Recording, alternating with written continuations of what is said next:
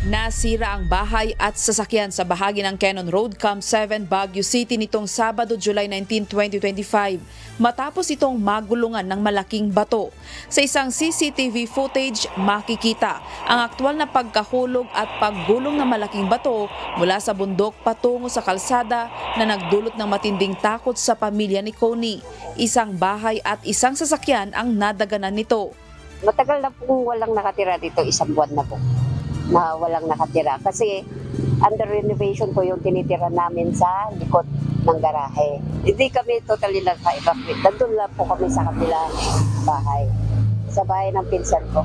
Maya-maya pa pasado alas 5 ng araw ding yon muling nagkaroon ng rock slide sa lugar kung saan nagulungan ng malaking bato ang isang kotse at bahagi ng isang bahay. Halos kasing laki ng unang bato ang gumulong dahilan ng pagkasira sa kanilang bahay. Nung alas 5 ng hapon, nahulog na naman yung isang bato. Ito po. Ito yung isang bato na ito, malaki.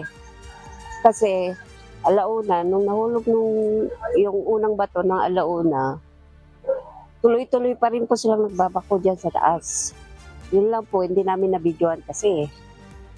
Kaya, nung nagtuloy-tuloy silang nagbabako pa dyan, ayan na, sumunod na naman po itong malaki.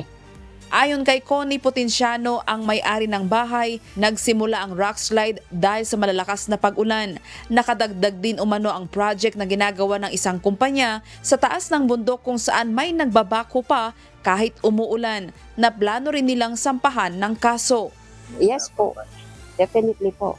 Kasi ano po yan damage to property at kasalanan po nila yan.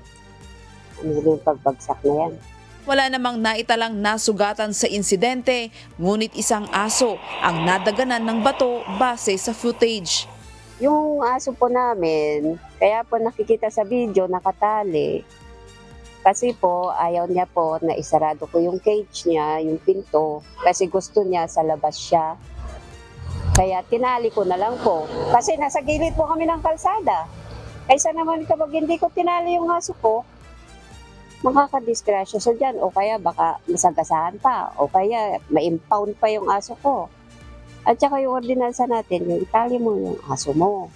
Sa ngayon, pansamantalang isinara ang bahagi ng Cannon Road upang bigyang daan ang clearing operations. Nagpaalala naman ang mga otoridad sa mga motorista na umiwas munang dumaan sa Cannon Road lalo na't mataas pa rin ang banta ng mga landslide at rockfall.